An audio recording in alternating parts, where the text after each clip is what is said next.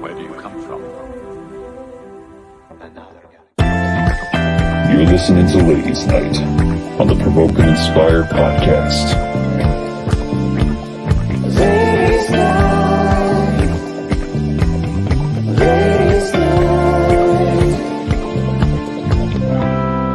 During the day. Welcome to the Provoke and Inspire podcast, calling followers of Jesus to radical faith outside of the church. Now, I always dance during the beginning music because I just need to get in the spirit. I need to limber up. I need to loosen the jowls and get ready for the conversation that is going to be coming. Right, ladies? Yeah, right. It's I don't good. think you need to loosen your jowls ever in your life. My jowls are sufficiently loose. Ania, when you're ready, give me the thumbs up and I will throw you into the conversation like, I don't know, like something. I rattled through a few options in my head. They all sounded a little weird. I bailed and backed up. Okay. So this is Ladies Night, a version of the Provoke and Inspire podcast that we get to do every week. And though you would expect me to be tense with my wife to my right and my mother across the world, I'm actually quite relaxed. I feel great. How do you guys feel? Why would you feel tense? Anya, you good? Can I throw Anya into the conversation? I think we're going to do it. And for a special entrance into Ladies Night, Ania Greenwood. Yeah. Hello, Anya. There she is. Hi, She's got the bright light on. Good. No, I like it.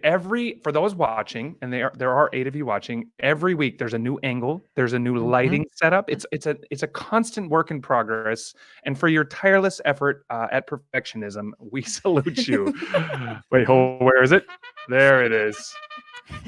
So You got one of those on. yeah, we do. Like I said, Provoke and Inspire podcast, calling followers of Jesus to radical faith outside of the church. That is our heart. The start of Ladies Night was really kind of tied together with this whole pandemic that has hit our world. We really felt that we should release more content. People were struggling to know how to interpret this situation, what God might be saying to them, how they should react. And our heart is to say, Jesus, in every season, in every circumstance, let us be faithful to you. Let us be everything that you want us to be. And so I thought this would be a great way to bring a fresh voice, a different perspective. And we've done it every week. And I think it's been awesome. I've really thoroughly enjoyed it. Although one complaint I received was that the ladies don't have their own like sounds. You know, we have like David's like, oh, no, that's the salute again. We have David sounds, like, I don't want to be a all the classics. And now the sun sets over. And people are like, where are the ladies' voices? And so I Yeah. think I'm going to slowly introduce them, starting with this one. I'd like to Oh. see that belly. Oh, I'd like to see that belly. I don't know. I thought that was a great little soundbite to throw in there. She says that a lot to people.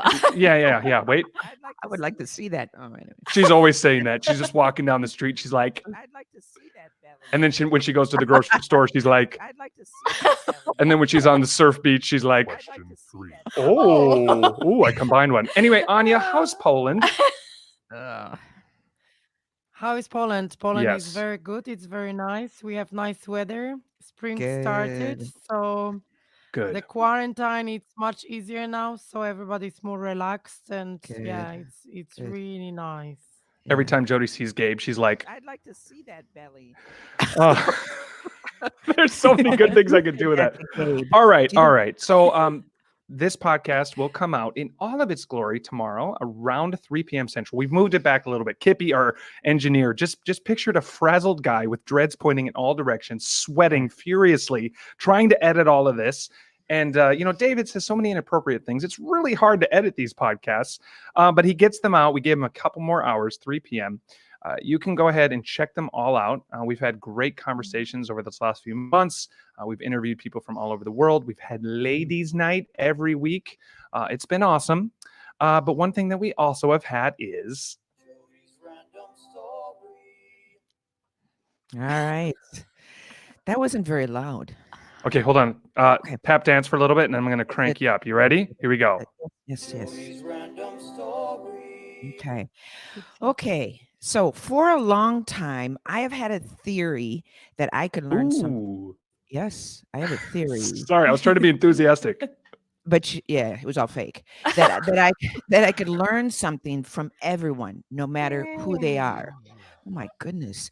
Sorry. I'm really going on? happy that I got the buttons working.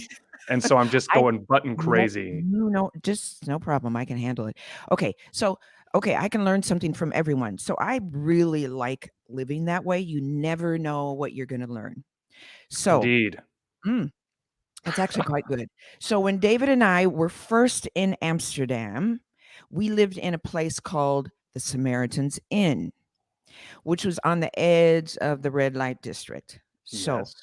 and the first summer we were there, we lived with about, well, at least over 100.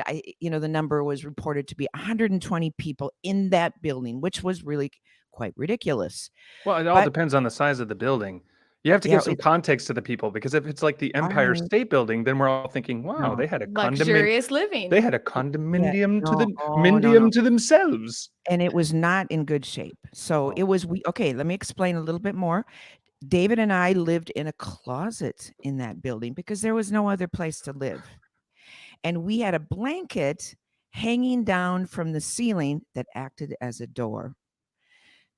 So Go picture on. that. It was not, the building was really in not good repair. So we had no hot water. So we had to go 10 minutes, walk 10 minutes for a shower, away to the boat, actually to the boat that we got later in Steiger. So it was not a good situation, but we were okay. And one of the people living with us in that building was a guy who I met on the steps that led down to this kind of basement kitchen where all our food was prepared. And he would sit there every night with this kind of like this homemade gun that worked. You could shoot Was it like a by rubber band gun kind of Yes, vibe? exactly. That's See, I just what knew I it. was trying to. I just yes, knew it. I thought about Mhm. it and I knew it. yes. So he would put a rubber band on it. By the way, and- hold and up. Yeah. We got people watching, but where are the comments at? Come on, somebody let me know you're there. Be like, what up? Keep going, and- Jodi. And these random stories are really difficult. So I need encouragement. And I can tell you're used to talking with translation because you're very deliberate and careful. And you just expect someone in your ear to be like, shabba, shabba, I know. shabba, shabba, shabba. It's true. Anya, can you just translate it? I think he was making fun of you, Anya. I know. Yeah. No, Polish, for anyone who wants to know, sounds like a bunch of people sharpening knives in a tent. Why? Exactly. Come on. Exactly. My 10-minute Ben limit Shepherd. is going. It's just clicking away just like that.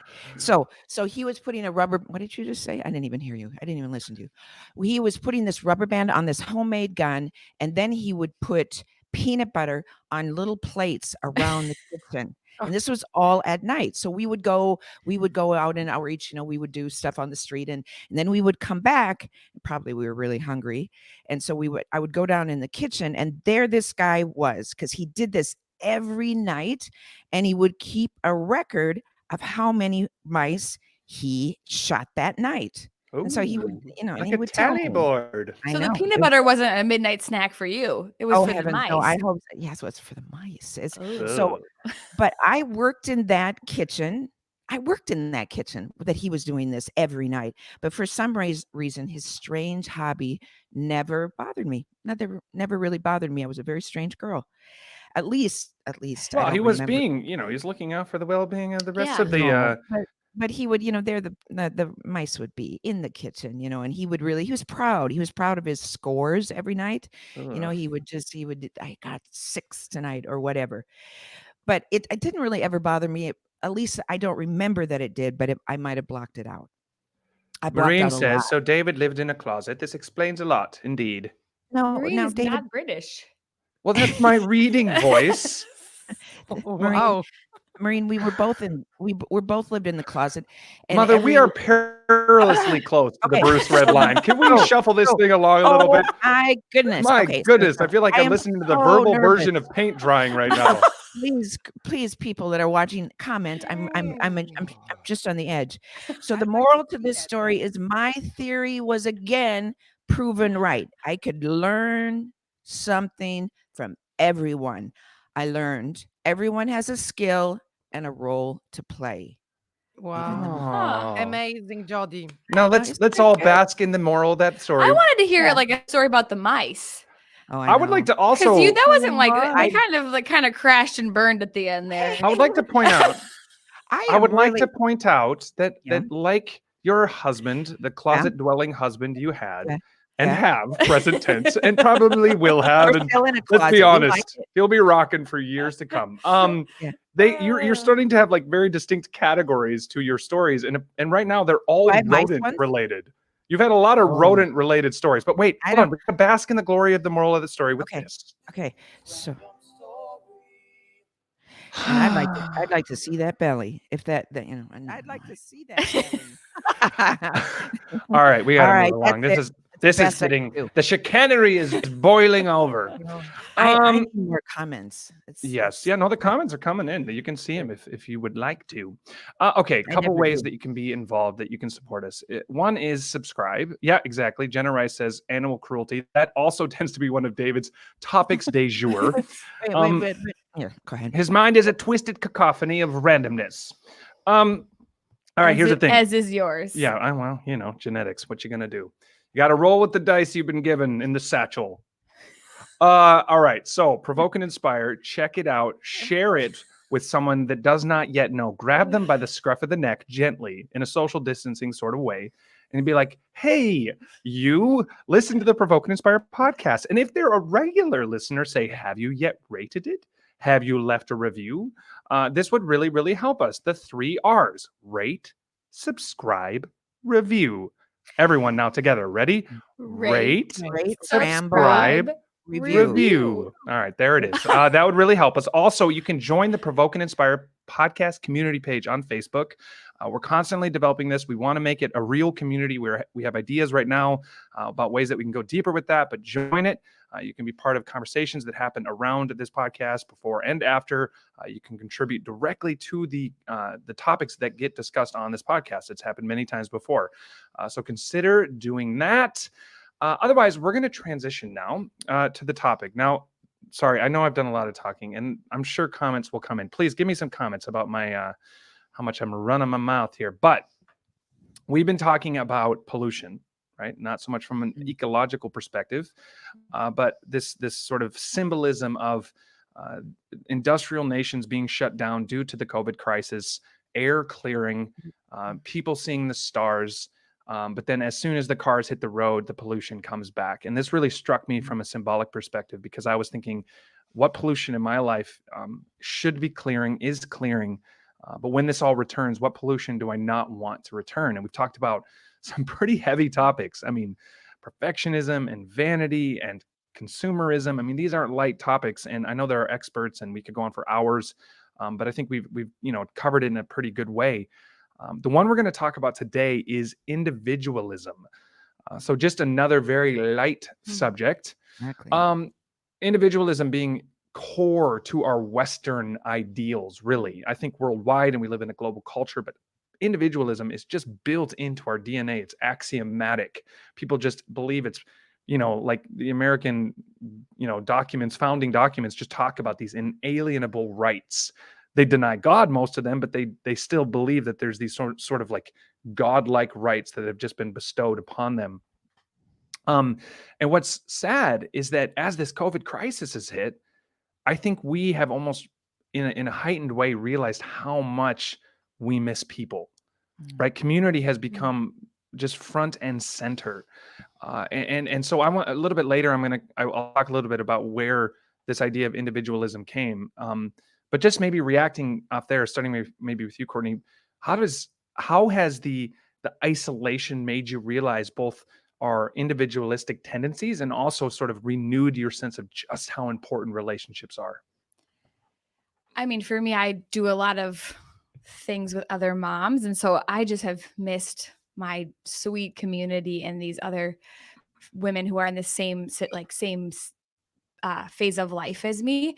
And then on the flip side, I have felt, there's just like a genuine missing of my sweet friends that God has placed in my life. And then on the flip side, just being so thankful for social media and texting and our group chats and Zoom calls, because we've been able to keep up with our community. And so just really feeling that, just the importance of community right now. And then I also know on the same side that this has become a situation where it has magnified people's lack of community.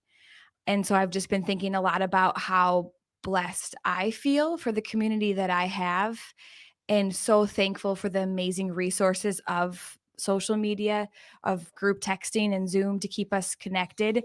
And so I personally, I miss my friends and I miss activities and I miss going out, but I feel more blessed, I'd say, at this point than I feel lacking something. I mean, I miss my community, but I feel more, Makes you grateful yeah, for it makes them. me feel grateful and like more positive about the life that God has really mapped out for me. But I know that people are really struggling, and that it's some of our own doing by living in this individual society Right. of working for the man and fighting for our American or Western dream. Um, I'm not saying people deserve it at all, but it's often self-created, and I feel sad for people and I feel worried. I feel concerned about the mental health of people right now. Yeah. What do you guys think? How is this hitting you? This just maybe first impressions of the topic of individualism, and then maybe as it intersects with the COVID crisis. What do you guys think?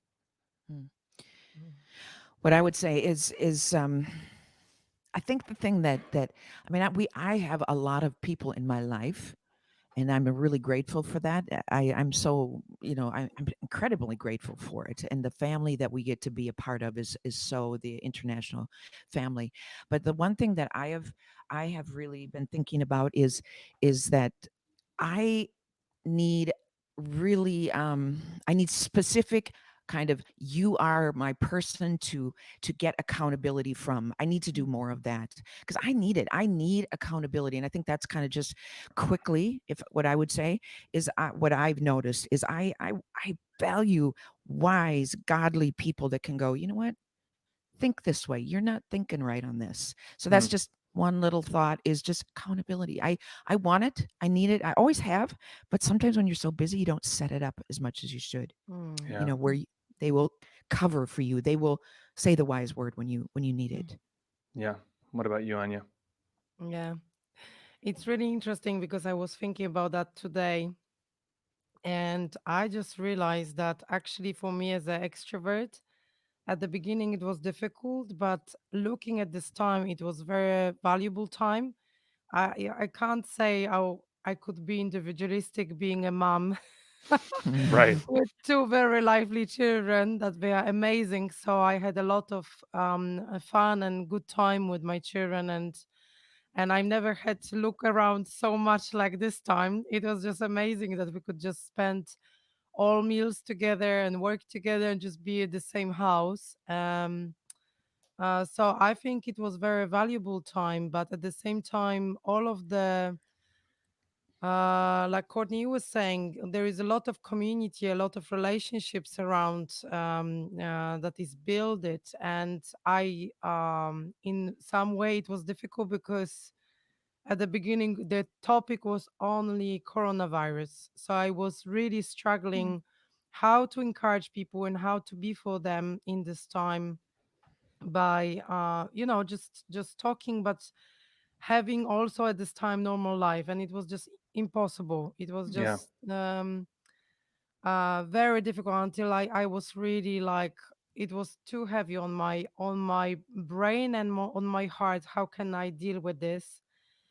um Mhm. but now I just feel, as an extrovert talking, it was really important for me to see which relationships I really value the most, Yeah. who is the most important for me, with who I want to spend time and how much. Like I can see the time is just so valuable, because sometimes it's just like a race. You run and run and you don't think about a lot of stuff. And now I just really could think what is really valuable, which relationships I want to invest the Yeah. most, and which ones during this time they Yeah. survived and they became even stronger. Mhm. So in this way, I won't say it was very individualistic time, Right. um, but it was very good time for me individually to spend more time with God and really saying, God, okay, what's the most important for me? Which relationships? And I'm so happy I That's could good. spend more time with Him and with Yeah. my family. This was really valuable time. That's Yeah. good.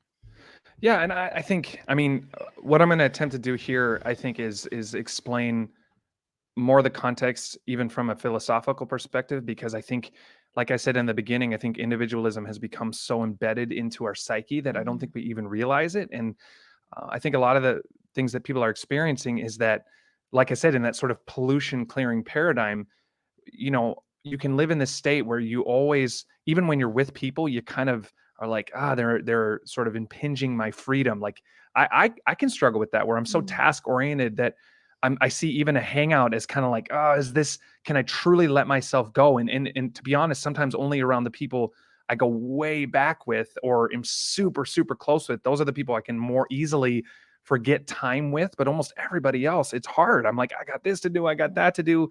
And I think part of that is that we have become, we didn't really need to be told to social distance. We have become socially distant. And it's something that, it started, if you look back in history, we had a stage where the pre-modern stage where there was really a fixed reality. And so you have God at the center, whether people were believing that or not, God was very much the center. And he put people in their positions. So the kings were there because God said they should be there. And if you were a peasant, you didn't move. That was your position in life. And of course, this was horrible. People were abused. Very few people had everything. Most people had nothing. And you have all these religious wars and political wars and all of this struggle. And so then you have the Enlightenment. And in the Enlightenment, people basically said, we have to get rid of these power structures. We have to get rid of the religious elite and the political powers and the kings. And so it went from God at the center to really man at the center. So you have this fixed idea getting pushed away. Now man is the center. And you have this sense of we can do anything. If we put our minds to it, we will conquer it. Our science, our education, our technology, we will solve every problem. We'll solve all problems. But then you have the 1900s, you have the 20th century, and this is the worst, bloodiest, horrible century in the world and in history, where you have both wars, you have genocide, you have Holocaust, you have gulags, you have all sorts of atrocities. So then you get to the 70s, and a little bit earlier than that, but really the 70s is kind of the era that it's known for. You have postmodernism, and people say, you know what? Gods and kings weren't good enough. Ideologies and brains weren't good enough. Maybe we need to reject everything. And all authority, all interpretations, everything is inherently oppressive. And I get to decide everything for myself. I mean, it got so extreme that people were even saying, it doesn't matter what the author thought of what they said. I get to decide what the author means. Even words were just totally made relativistic. And so you have this God at the center, man at the center, nothing is at the center.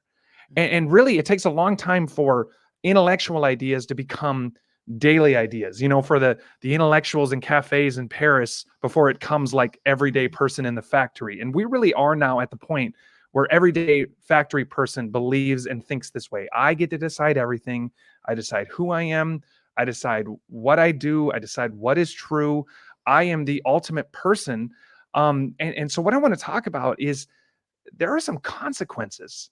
There are some devastating consequences. The apologist Nancy Pearcey, who we've actually had on this podcast, says once a society accepts a worldview, it tends to work out the logical consequences. And I think we're in a season where we are starting to realize, wow, some of these things that we've believed and some of the places that they have taken us have really hurt us. And I think this COVID crisis has made that even more clear, because we have kind of the emperor with no clothes. We're starting to see what we thought was good is really pretty bankrupt. I just want to read one small thing. I know I'm dominating here, but there's this book, really good, interesting book by I'll go closer there. It's his name's Yuval Harari. He's a Your hand was covered. It's called Sapiens. Sapiens by Yuval Harari.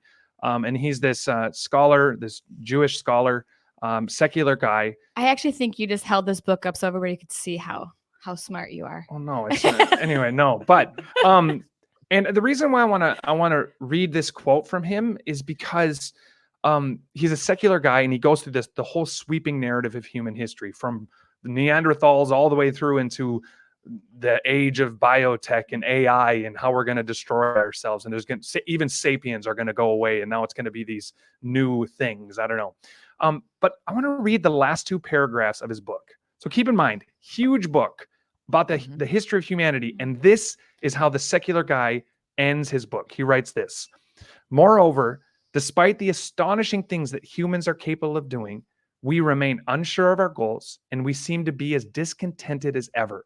We've advanced from canoes to galleys to spaceships, We have advanced from canoes to galleys to steamships to space shuttles, but no one knows where we're going.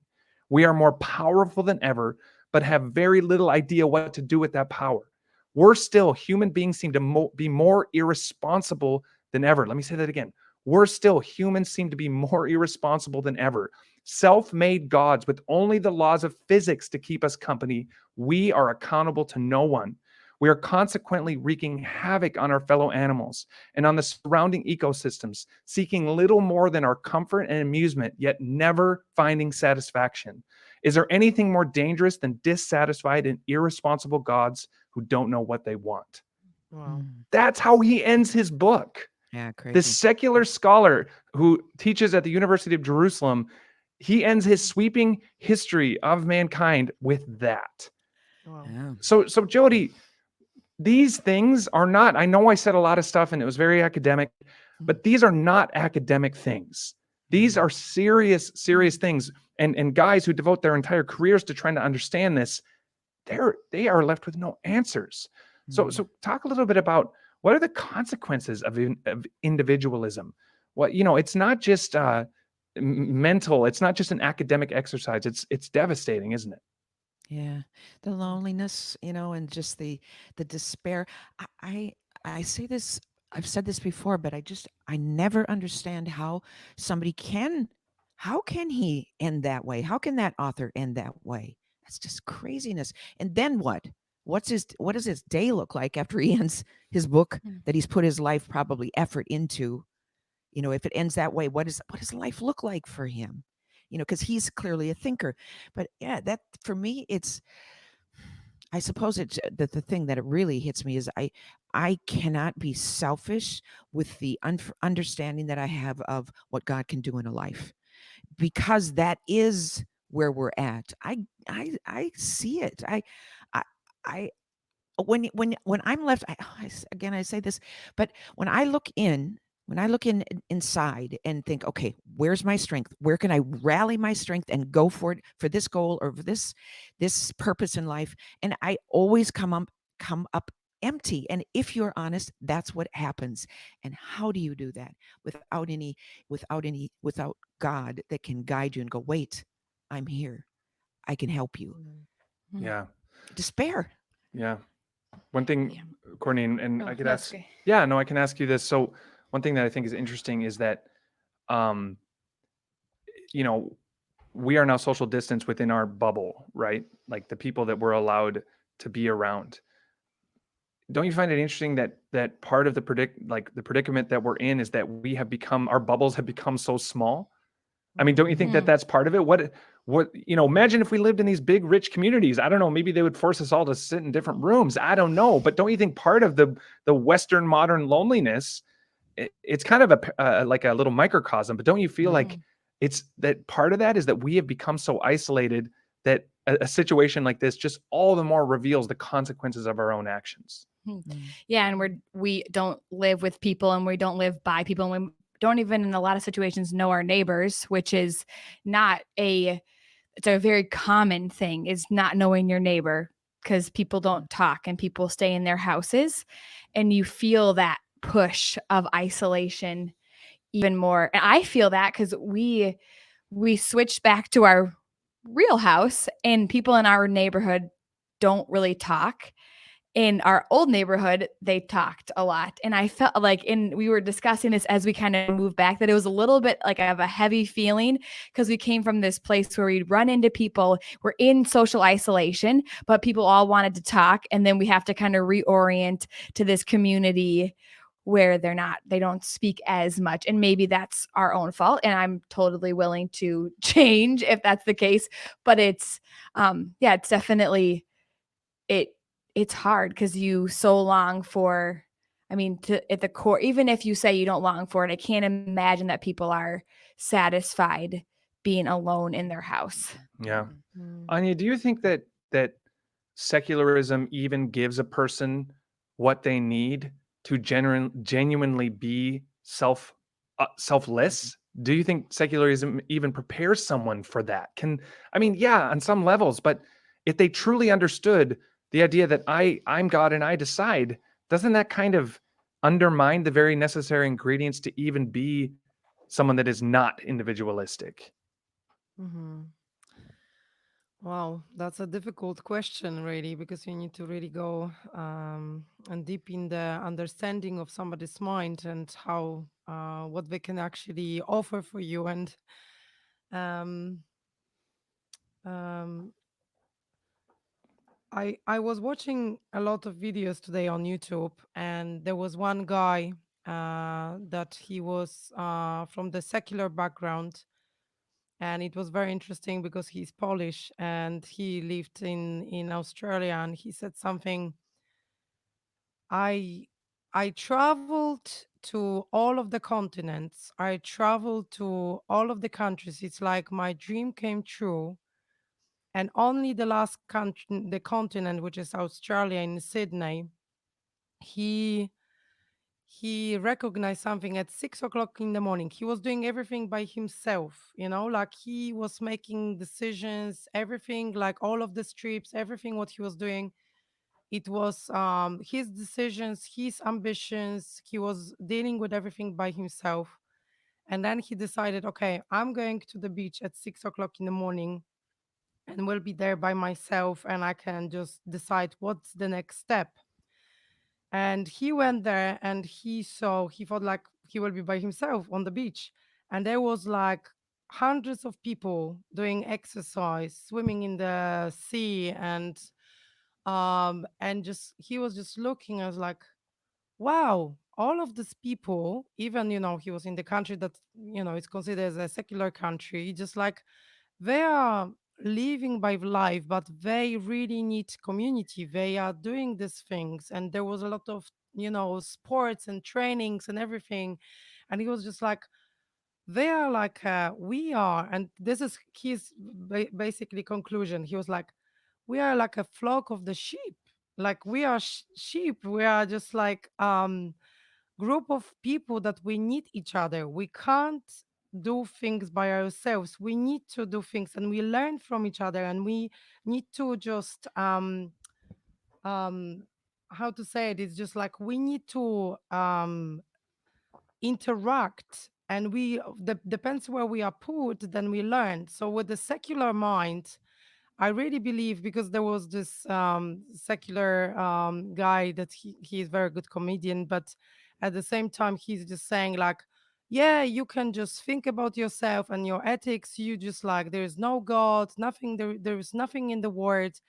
And he was like, we have our ethics. We know what is moral. We know what is good. And at the same time, I'm just feeling like, no, it's just because you were created in England, that it's with the Christian background, and you know what is good, you know Right. what is right for people.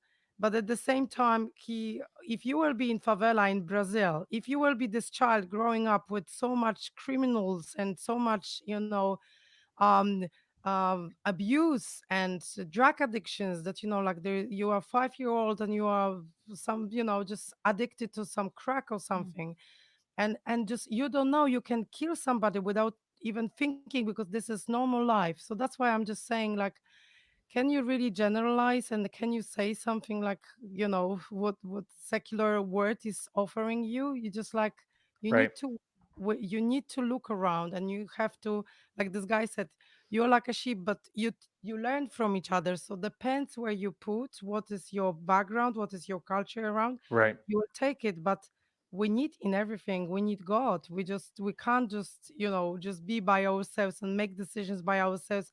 We need each other. We need to learn from each other. We need. Yeah. But I think part of that is part of the challenge, is that I think people innately sense what is true about how we are made, and that is that we need each other. that we are community. Now, a social evolutionist would say we're herd animal and we need each other for warmth and all that nonsense. But we sense deep down that we need people, and yet the cultural message is you're God, your needs matter most. Do you get your own space, build your fence, be, you're the king of your castle or queen of your castle or whatever sort of aristocratic title you want to choose.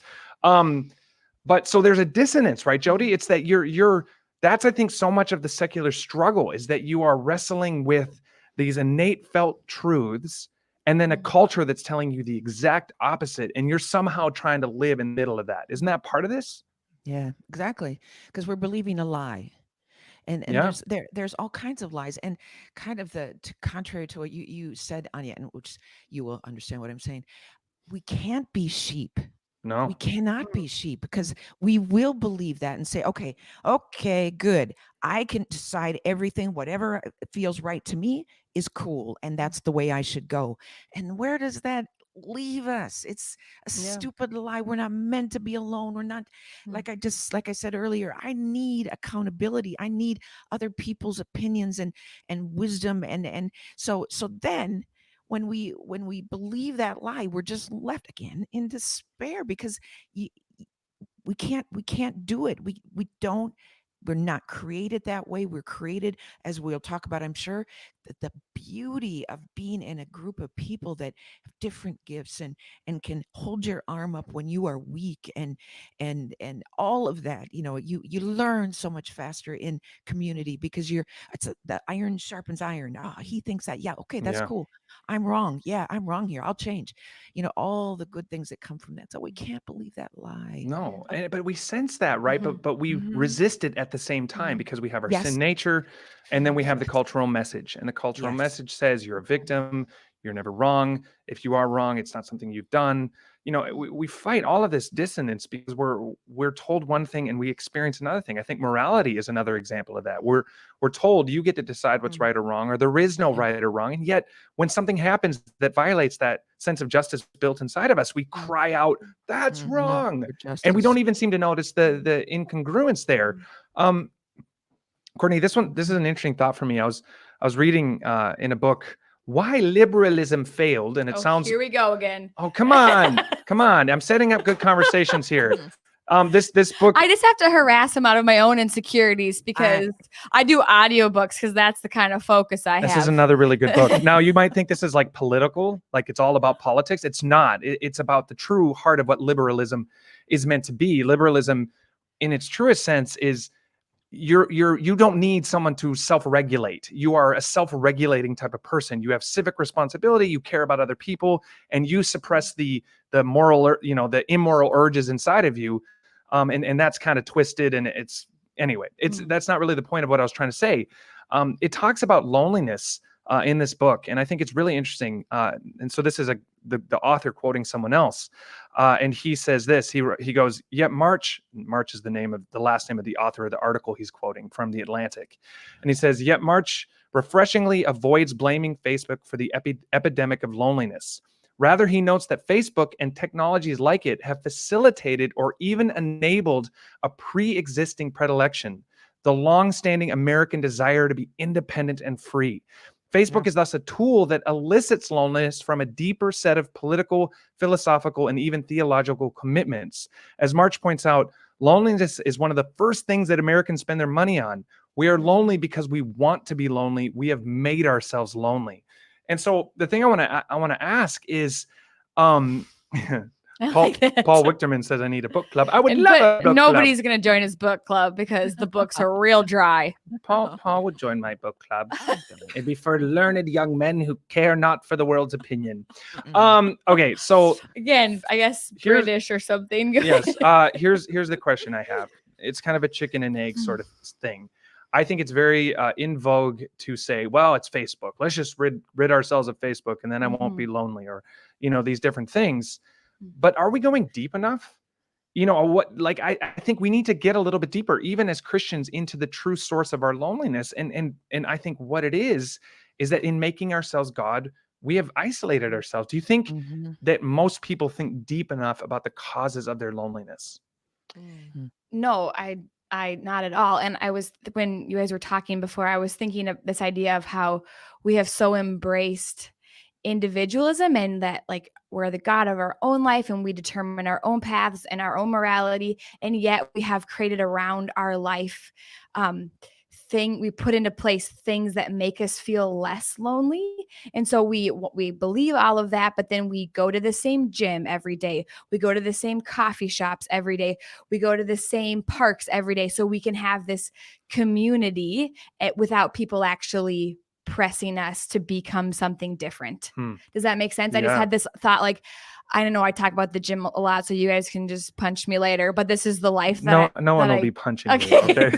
We're not punchers. This is the life that I live. And I just think like you can continue to live in your own mind and your own morality and your own thoughts, and yet create for yourself a life where you don't feel lonely, but you are lonely to the core, but you're physically around people. Yeah. And I've noticed that when the pandemic hit and the gym closed, I mean, I cannot tell you how many people messaged me, Facebooked me, text me like, I'm not going to make it with the gym closed. And I will say I do have real relationships there. So I really do. Like it is one of the coolest places I've been able to make friends, but most people go there for community to feel not alone. And it's not because they're talking to anybody. They're just around warm bodies. And then they're able to literally, leave. depending on the yoga class they took. They're able to leave and still be their own God of their life and not be challenged by people, but not feel that deep, but not deal with the deep loneliness. And I think that that's exactly true, Ben, is that people are not they're putting practices into place that make them forget that they are lonely. And now all of those practices have been stripped away. I mean, I go to the same coffee shop every Wednesday because apparently I'm an 85-year-old grandma. Why does that make you a grandma? I don't know, because it's like I go to at 10 o'clock every Wednesday to meet a friend. It could make you a lover of coffee and scones. I am. It's actually an ice cream shop. The belly's growing, not because of a baby, but because of scones. But I go to the same coffee shop every Wednesday, and the same like 6 people are there, guys and girls, older gentlemen and women are always there every single Wednesday. And that's great. I love that. That's awesome. I think cool that they've created that, but it makes me think that's masking the not that, but like the idea of creating these systems in your life where you're able to mask the loneliness and never deal with the true loneliness in your life. Yeah. I would say that's what you would call like alone together. Yeah. Alone together. Right. Yeah. Like there's that book, the author Turkle. But anyway, go ahead, Ania. Yeah, I just had really like a lot of thoughts, so I would like to share something because you, Jodi, said that we are not like a sheep, but I really believe what Courtney explained, it's something like we want to belong somewhere. It doesn't, I think we are very confused when you talk to young people now, especially that they are really grew up with the social media very strongly. They really don't understand, because in the concept of individualism, there is no concept of loneliness. There is like nobody's talking about it. So maybe in the let's say dictionary doesn't exist. So they really are confused what they need. And this whole concept of being with somebody, but being trying to be always strong, trying to be always the most beautiful, the best, always want something and being ambitious and get something in life. It really covered the basic need of the community, the basic need of being part of something. They really stopped having normal communication. They don't know what to talk about, and they are really their identity is based on what people think about them by likes and comments and everything. So I really feel like people really became confused. Yeah. So that's why I'm just saying with this guy that sat on the beach, he was saying like it's like a flock of the sheep, because he was really doing everything by himself, and he saw really people need each other. They need each other to really of course, he said, like, his concept is like, you need to be around good people that they know what is good for your body and it's good for you and stuff. But the thing is that sometimes you're born in the place where you can't decide, and Mhm. you have to be part of it. But nowadays, it's just like people are there, and you need to be yourself. You need to know what you want. This is like Yeah, yeah, you yeah. you Yeah, you know. but Mhm. I think you're saying something that's really, really good. And Jodi, I think you want to jump in here too. But that's the problem. You see, what postmodernism has done is it stripped away all cultural institutions, including the family and the community and the larger community. And so what that means is that since we no longer find our identity in belonging, in being, Mhm. we now have to find our identity in doing. Yeah. It's turned into this meritocracy. And it's a horrible thing, because I used to be, I'm important because I'm son of so and so, part of this family, part of this church, part of this larger. That is my role. That is where I belong. And sure, people can say, yeah, that was abused and there was no social mobility. And if I wanted to marry this person or do that, I couldn't. Of course, it's sinful. There's always sinful elements in every system. But you belonged simply for being who you were, born into a certain situation.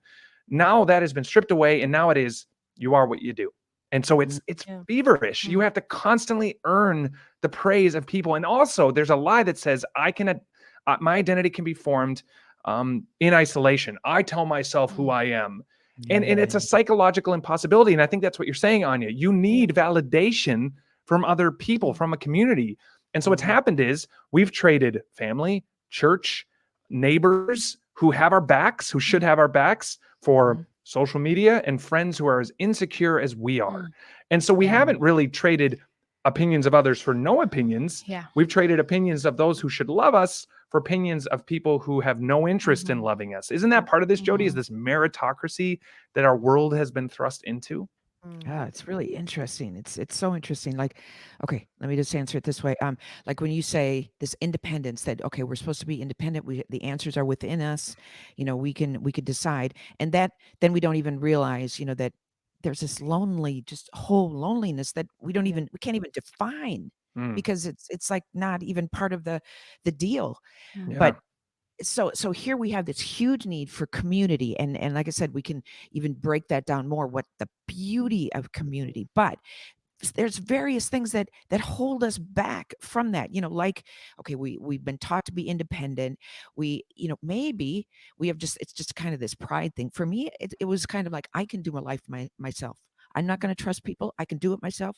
I Right. don't, I'd learned maybe to not trust people, so that's an aspect. But still, it leaves me lonely, or because I guess I kind of combined it, because I'm hurt, because I've been hurt. I'm not going to trust people, so I'll be independent, or I can do this. I've got the power within me. But again, left in, and now I will keep saying the same word, we are left in despair because of it. And the very cultural institutions that should be there, it should be that community for us, we just think, nope, don't need it. I mean, actually a coffee shop can be an awesome community. Not with headphones. Yeah. That's true. That is true. Well, there you go. We strip that away too. But I was just thinking about, like, just the idea of we run from this real challenging community, and then, but if you think about your best relationships in your life, and I think about Ben, and I think about you weren't on like the good list, you're on the bad list. No. Oh. No, I think about Ben, and I think about my friend who I meet at the coffee shop on Wednesdays, and these just like rich, like my friend I've known since I was 8 years old, in these rich, long-lasting relationships of people who I keep around even when they confront me on the sin and the wrong things in my life, even if it hurts me. And yet those are now, obviously I'm married to Ben, but my friend, those are the relationships that are have changed me the most and are the most fulfilling. And those are the things that we're running from in an individualistic society. And it's so counterintuitive, because what is actually the best thing are these relationships that hold you accountable to the person that you need to be and the person that God is calling you to be are the relationships that we're saying, oh no, we don't want those because they're putting us into a box. They're pressing us into a person that we don't want to be. It's making us deal with things that are hard and messy, and we just want simple, and we want deep, but we don't want to ever confront anything that might be bad about us or wrong about us or things that we need to change. We want to talk deep and think deep and be all philosophical, but we don't ever actually want to deal with anything, which is so opposite of what the real great relationships are in your life. Yeah, to me, this is the freedom paradox, the sad secular freedom paradox, and that is that in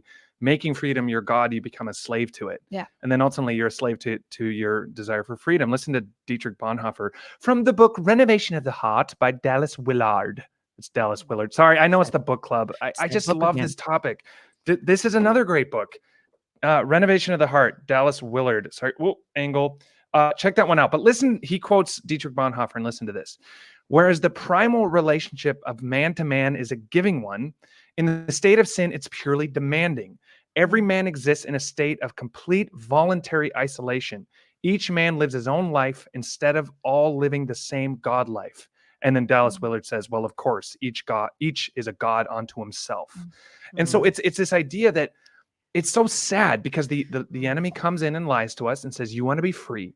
So then we make choices that make us slaves. And that's what's so sad because, and this is kind of what you were saying, Courtney, is that it is an illusion that you can be free of everything. You can't be free of everything. To be free of everything is to become a slave to the idea of being free to everything.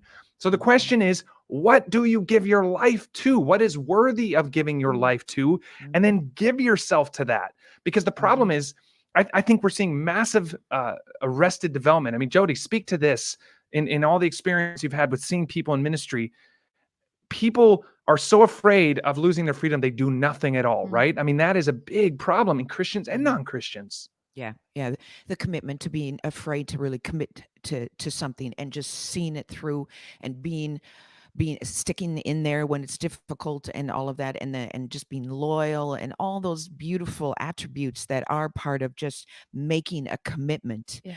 I mean, I think I just have to, and you can go right back to what you wanted to say. No, Ben, sorry. in this, but it's just so funny when a couple of years ago we continue to have a bunch of Colombians in our school, in the school that we run in Germany. The Steiger Mission School. That's right, in the Steiger Mission School, and we have a bunch of them, and it was so funny because their culture is more they slant more towards community and being very close, and I, as an independent American, I thought, because they would even sit close together. And I remember one time they said, "Hey, come sit with us," and they were packed in on the couch, and I thought, where, and it made it made me really, really nervous, and I kind of sat there, I just sort of squished myself in there, and I thought, oh my goodness, but then just as I lived with them throughout the summer, I thought, man, there is so many cool things about them. Yeah. They share life. They are not off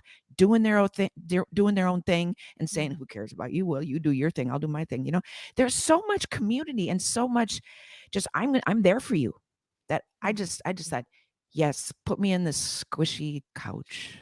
It was awesome. Yeah. It was awesome. And it got more comfortable. Seriously. And you always wore deodorant from that moment on, right? From that point forward. I believe that's also right around the time when your belly fascination I did sparked. I would turn and say, I would like let me see to- that belly. Yeah, Ania, go. No, Yes. I Sorry. would like to just say something. What you, Jodi, said, and Courtney, you said you mentioned about the community.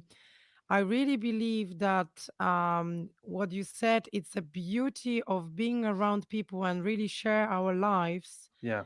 But at the same time, when you are in the community, it's what you said, Courtney. It just, when you know somebody for a long time, you can really not only get to know somebody else, but you really get to know yourself, being face to face. Like just, wow, I have problem with this, or wow, this is how I react. This is not right, and people can challenge you and talk to you. So that's why I think this is a lacking point of this culture of be individual, be, like be yourself, because there is no challenge. You are just Mm. always put Yep. on the spot, and you just feel like everything is fine about me. That's why you don't deal with Mhm. the criticism. That's why you don't deal with things that it's challenging, with the even silly. Like, I was talking to somebody last week, and just like criticism from, like, I grew up with the criticism from my teachers all the time, like it Mhm. was this, and she was like, oh, but here now it's different, in Poland it's different there. And I'm just saying, like, yeah, but sometimes we need to hear criticism, and we need to know how to Mm. deal with this, because if not, I'm looking at this generation, like now, during the coronavirus, that they just really struggle with anything that is just difficult for them, and there is a lot of depression. Like my friend, her mom is working in the pharmacy, and she's saying, like, every day they are selling like 3 or 4 times more medications, Mm. like Mm. heavy medication for depression, than before. It's not like in any herbal one, it's just prescriptions and Mhm. everything, because people don't know how to deal, and they are saying, like, I think they're just realizing, wow, actually, I don't have anyone, like I don't Mm. have Mhm. anybody to talk to, and I'm struggling Absolutely. with something. Mm. So it's Yep. very interesting what you were saying about community, but at the same Yep. time, I just really feel like we need to be aware and learn about Yeah. ourselves, and Mm. what's happening around us.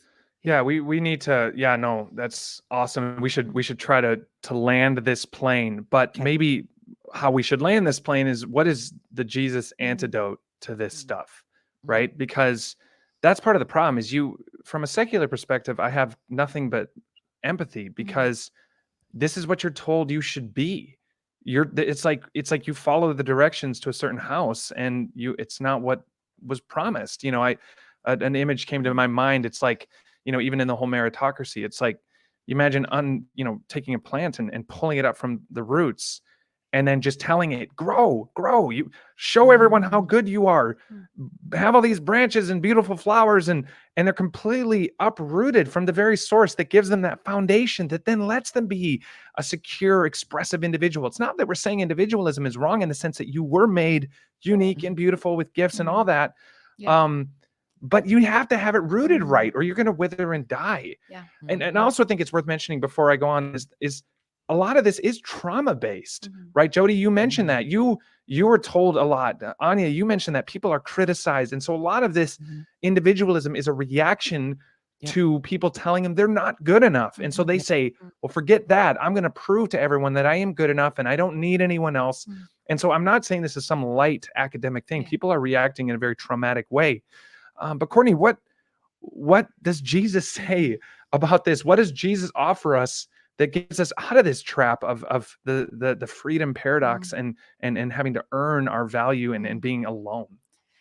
The first amazing quality of knowing Jesus, that he's never going to leave us, and he promises that 100,000 times in the Bible. And it's hard because you don't want to give like the Bible school answer, but I think that for me, and I think for everybody, that real community is attainable. And I think real community is what God wants for your life.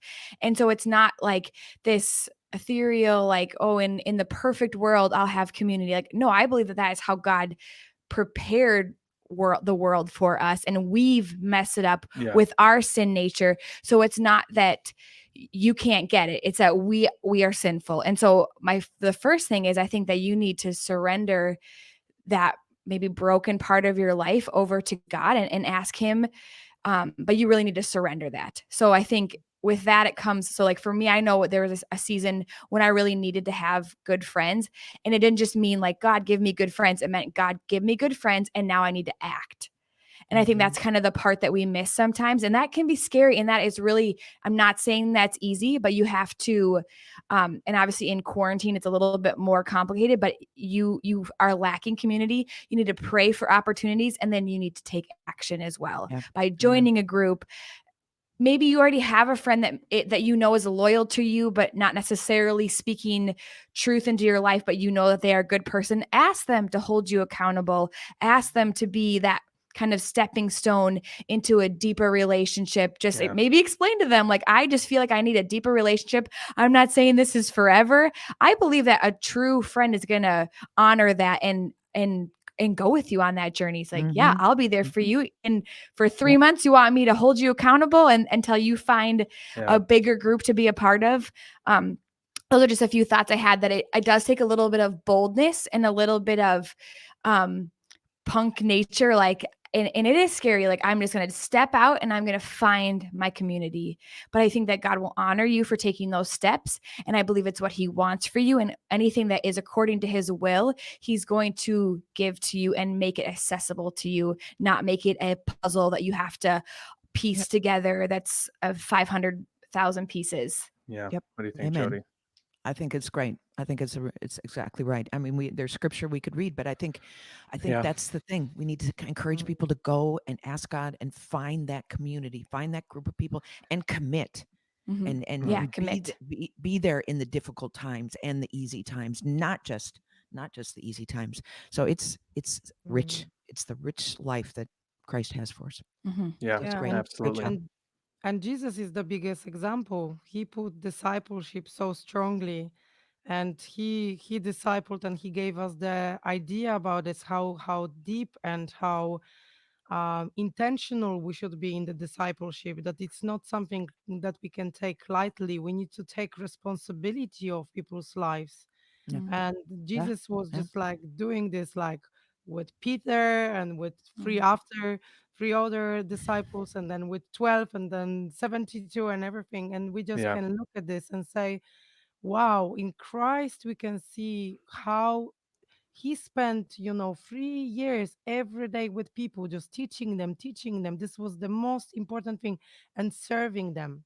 Mhm. And this is totally Hmm. against the culture nowadays. Yeah. So yeah. Yeah. Yeah. Jesus is obviously our model. And, Yeah. and I think we need to look at where, we can think, oh, I need to go out and get X, Y, and Z, when often community is there around us. We Mhm. just need to make it better. Yeah. Like, Yeah. I think, Yes. just because you're around people doesn't mean you're doing community. Mhm. Just the like the warm body thing, Mhm. you can be at the gym, but that doesn't mean you have relationships. Yeah. I think you can even be in a marriage and never confront anything.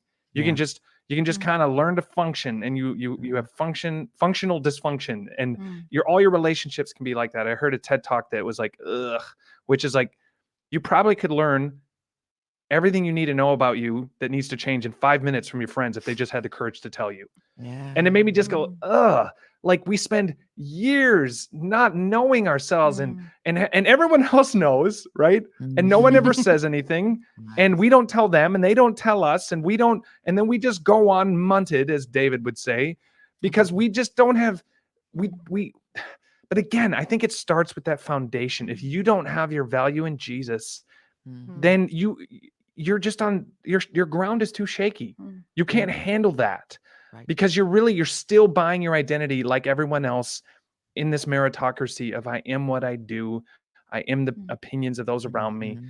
And it's that weird thing not to make them mutually, make it mutually exclusive, or a fake false paradigm. What is the word I'm looking for? A false dichotomy. Sorry, I say that all the time, which is that you are incredibly valuable in Jesus, and yet you're not everything. You're not the center of the universe. It's being able to hold those things in tension, Mhm. that God cares about you, but really you find yourself in giving yourself away.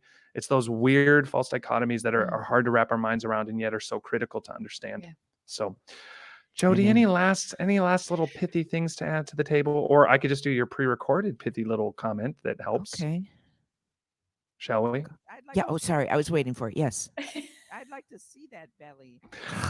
We need to Perfect. expand on our little things. I will do one embarrassing little audio clip a day for each of you, until you. there's a whole keyboard full, until you can Thank you. compete with David, his. And now the sun sets over Hundala Hunda. That is good. Hundala, hundala. That's the husband that you lived in a closet with, just Yeah, saying. baby. Anyway, this Yeah, is the Provoke and baby. Inspire podcast. Sorry if I talk too much. This is like I love this. Like, I Yes, think me too.